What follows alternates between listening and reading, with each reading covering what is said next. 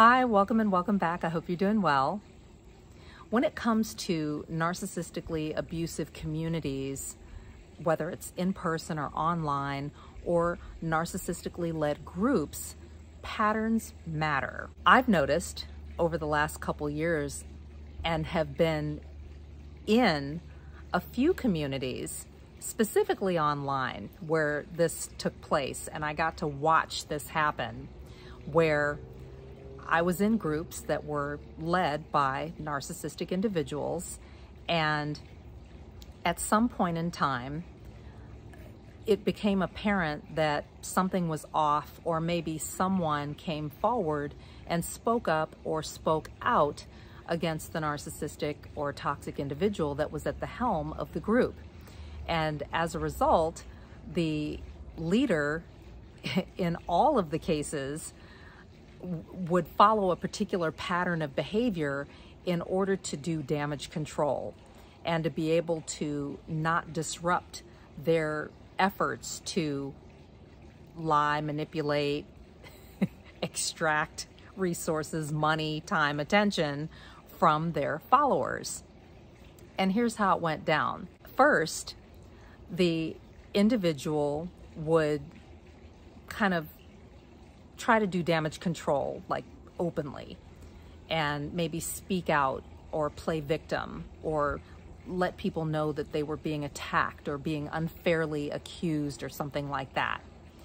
And when that didn't work, they would then withdraw and so initially they would take kind of an adaptive approach of like kind of standing up and digging their heels in and maybe being vocal.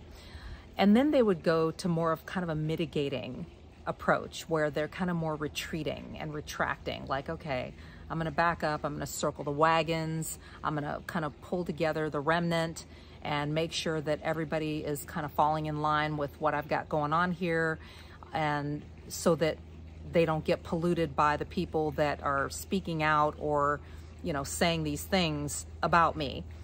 And they would circle the wagons and say, for example, if it was online, like on social media, they would take those accounts private and kind of hold on to the remnant while the others either were booted out, they would either block or kick out the others, or the others would take themselves out, remove themselves from the situation. I know I did that in one particular group. I removed myself from the group once I realized what was going on.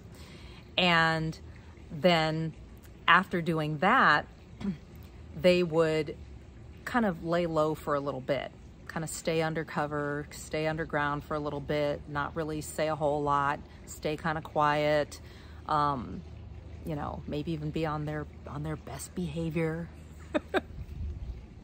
And then eventually they would rework or reinvent them, rework their image or tweak their image. Maybe they would do some things to portray themselves as a family person, or they might say, change their appearance. They may change their hair, change their clothing, change do their makeup differently and create a whole new look, or change their name to kind of present themselves in a different way. Or they might involve themselves in something that, or maybe shed light on something that really matters to most people, maybe spiritually, or maybe it's something like affiliation with the military or with some kind of a charitable cause, or something that really evokes a reaction emotionally in people or stirs something emotionally, whether it's pride or just a warm heart or something like that.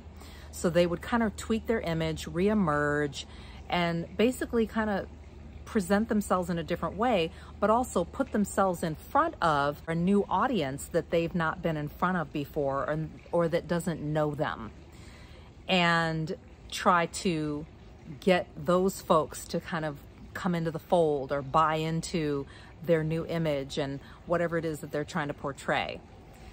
And this can be very frustrating. It can be very discouraging, even crazy making for people who see the narcissist for who and what they are, and who maybe have tried to speak out. The other thing, speaking of speaking out, is that the narcissistic individual, say in reaction to those who were speaking up and speaking out about the abuse that they endured or about the behavior that was going on behind the scenes, they may loosely threaten them, which is kind of an adaptive type reaction. Or they may send a letter or have their lawyer send a letter, or they may go as far as to say threaten them verbally, or maybe slide into their DMs and say something threatening, or devalue them in some way, or verbally lash out at them behind the scenes. This is all behind the scenes. That's why this is very insidious, and that's why a lot of people don't see.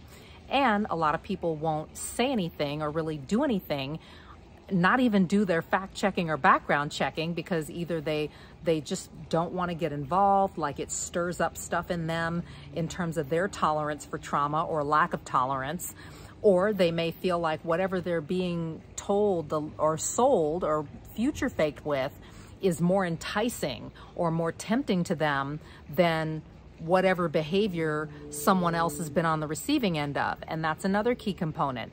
People who haven't been on the receiving end of narcissistically abusive behavior aren't going to feel the same way as someone who has been DM'd or who has been threatened or who's been lashed out at or devalued, or someone smeared their name or tried to discredit them in some kind of way.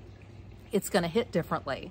So these are all things that kind of are part of that pattern that I've noticed in narcissistically led or narcissistically abusive communities or groups. I'm curious as to what your experience is with this, and I'd love for you to share it in the comments below, because that may help someone else to be able to see things more clearly. I think the more people that share their experiences, the more people are going to become aware of the patterns over time, and that they'll be able to identify it more easily, or even believe people when they speak up about it and share about the abusive behavior that they've experienced.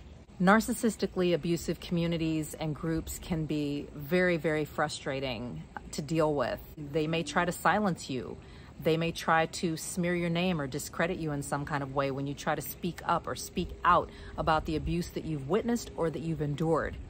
And narcissists can also very easily slip into the role of victim and aggressor, which can allow them to convey the message that they need to convey to whoever they're talking to or addressing or dealing with in terms of their audience. And they may just completely pull out of the community that they were a part of before and go somewhere else where no one really knows them, so that they don't have to deal with the conflict or deal with the threat of exposure, which is one of their biggest fears. You're not alone, and you're not crazy. Know who you're dealing with, know who you are.